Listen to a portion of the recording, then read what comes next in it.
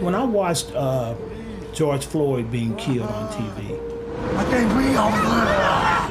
it devastated. I was numb for 2 days. I can't move. And then I kind of snapped out of it, then anger took over. When you peel back his layers, And then I began to feel this burden, wanting to cry. Hands up! Don't shoot! Hands up! Don't shoot! his pain is more palpable. His truth is shaped by the color of his skin and the badge on his chest. I have to go in being a black man and a police officer and getting people to see both. Louis Arnold appreciates supporters of police, but not those who do so blindly. This is the reality. George Floyd's situation showed everyone that everything police do is not right. He says he's seen police brutality up close from men in a uniform that he now wears proudly. I've been wanting to be a cop ever since I was a kid. My uncle was a cop. As he grew up in Avondale, hate grew with him. In 1967, summer riots hit Cincinnati's black neighborhoods. And during the civil rights movement and actually witnessing police brutality on teenagers, it changed how I view police. Decades later, he was re-inspired after his son became a cop. At an age most officers retire, he was sworn in.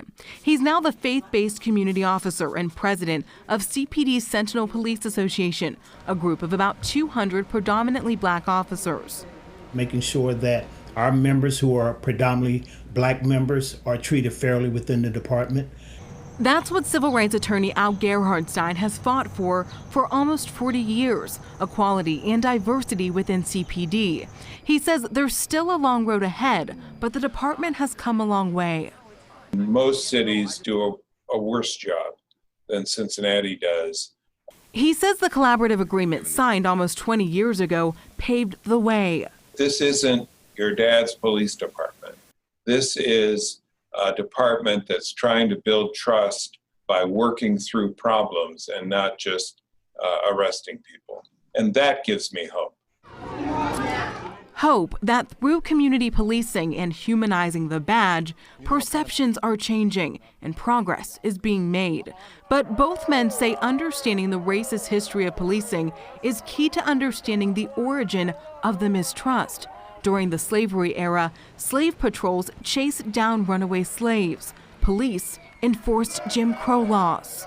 And then you move into the lynching era, where you had law enforcement standing there watching people being lynched. Then you move into the civil rights movement, and when dogs were put on people, hoses were turned on people, people were beaten. It was law enforcement that was doing that. He says dialogue can help heal. So you have all those decades of history of negative policing in the black community, and then we want to get to the 21st century and say, well, why can't we all just get along? What is his name? George Floyd! What is his name? George Floyd! Pain, frustration, and anger on full display this year, birthed generations ago. We need to deal with our past. We need to deal with the pain that we caused in the past, and even some of the pain that we're causing today.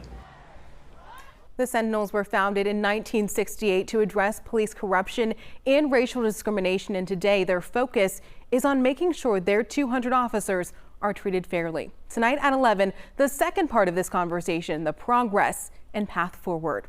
Jatera McGee, WLWT News 5. Right.